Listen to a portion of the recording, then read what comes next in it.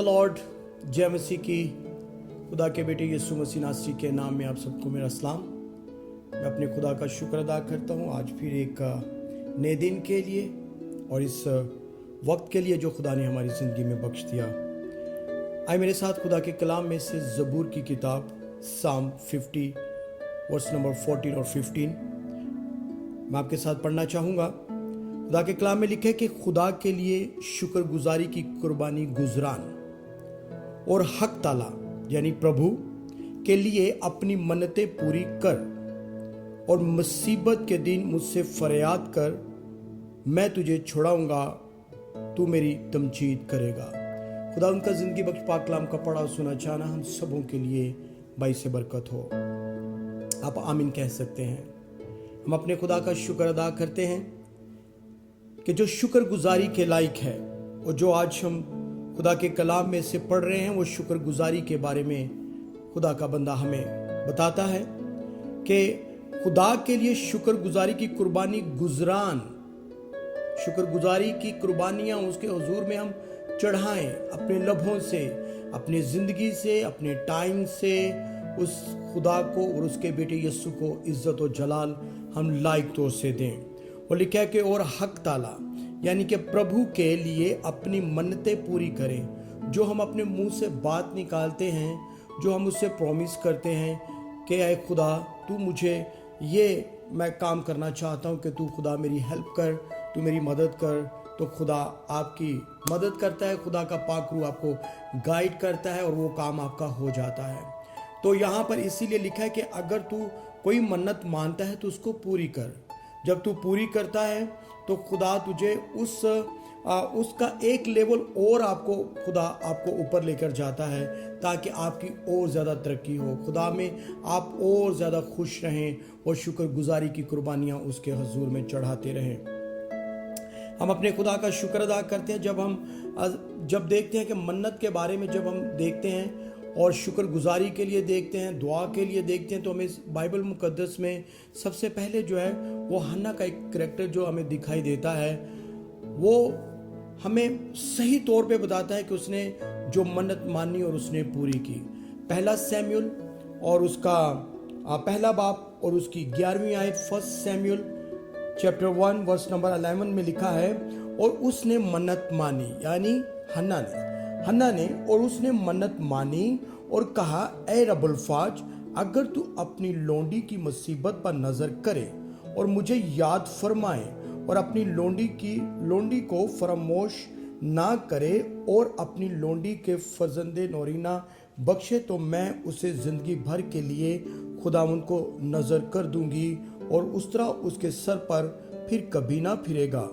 अब हम खुदा के कलाम में से देखते हैं हन्ना एक बांझ औरत है और बड़ी वो आजिज़ी के साथ खुदावंद की हैकल में आती है और वो वहाँ पे एक प्रार्थना, एक दुआ कर रही है और बोझ है उसके अंदर, और उसने एक मन्नत मान ली है। एक बांझ औरत ने मन्नत मान ली कि खुदा तू मुझे औलाद देगा तो वो मैं तुझे दे दूंगी। मुश्किल काम है, लेकिन हन्ना ने मन्नत जब मानी और उसने पूरी की। यहाँ पर आगे चल के हम देखते हैं कि जब उसने मन्नत मानी, फिर उसने दुआ की, फिर उसने शुक्रगुजारी की। एली उसको कहता है कि एली ने उससे कहा कि तू कब तक नशे में रहेगी, अपना नशा उतार। लेकिन हन्ना का जवाब जो था वो सुनने के लायक था, क्योंकि हन्ना ने मन्नत मानी है, वो शुक्रगुजारी की कुर्बानी चढ़ानी उसने शुरू कर दी है और उसने दुआ की है। जब एली ने जब ये सब कुछ कहा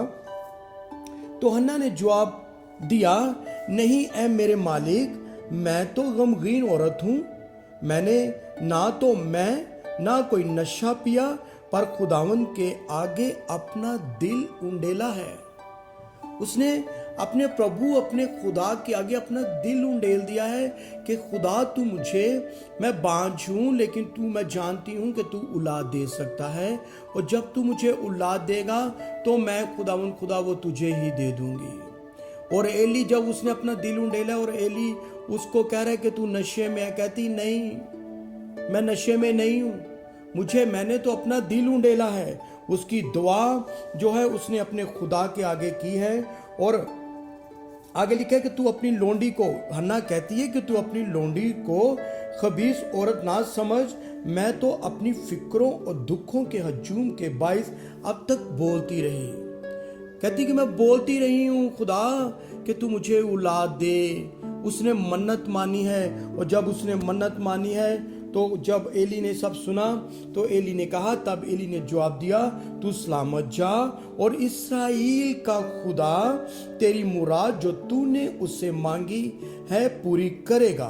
उसने कहा, तेरी खादमा पर तेरे कर्म की नजर हो। तब वो औरत चली गई और खाना खाया, और फिर उसका चेहरा उदास ना हुआ।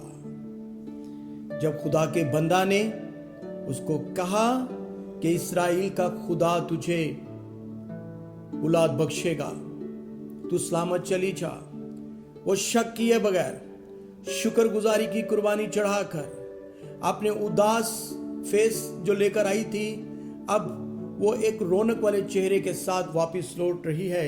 और यहाँ पे लिखा है कि उसका चेहरा फिर कभी उदास ना हुआ। और जब उसको खुदा ने बेटा दिया तो खुदा के कलाम में लिखा है, अगर मैं वर्स नंबर 24 यहाँ से पढ़ना चाहूँगा, लिखा है, और जब उसको वो दूध पिला रही थी तो जब दूध छुड़ाया तो उससे अपने साथ लिया और 3 बछड़े और 1 एफा आटा और मैं 1 मशक अपने साथ ले गई और उस लड़के को सिल्ला में खुदावंद के घर में लाई। और वो लड़का बहुत ही छोटा था, बांझ औरत थी। दूध पिलाते हुए बच्चे को जब दूध छुड़ाया गया तो उसने छुड़वाया और उसको हैकल में लेकर चली गई। और लिखा है कि उस लड़के के लिए दुआ की थी, और खुदावन ने कहती कि मैंने उस लड़के के लिए दुआ की थी, मैंने मन्नत मानी थी, और खुदावन ने मेरी मुराद जो मैंने उससे मांगी पूरी की। अब मैं आपको यह बताना चाहता हूं कि हमारा खुदा, जिस खुदा की हम इबादत करते हैं, जिस खुदा ने हमें बनाया है, जो खुदा हमसे प्यार करता है, जिसके आगे हम मन्नतें मानते हैं, शुक्रगुजारियां करते हैं, याद रखें कि वो हमारी शुक्रगुजारियों को कभी भी रद्द नहीं करता। जब हम मन्नत मानते हैं, जब हम पूरा करते हैं, तो वो डबल पोर्शन करके लौटाता है। जो बांझ थी, अब खुदा के कलाम में अगले चैप्टर नंबर 2 में लिखा है कि हन्ना के 3 बेटे हुए और 2 बेटियां हुई, क्योंकि उसने जो कुछ मांगा था खुदा से, खुदा ने उसको दिया, और वो भी अपने वादे से नहीं हटी, उसने भी उस वादे को पूरा किया।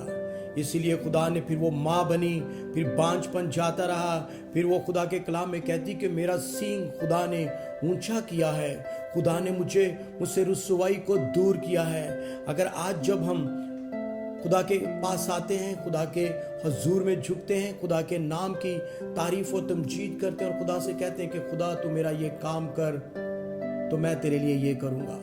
पहली बात तो यह है कि वाज जो है, वाज बयान करता है कि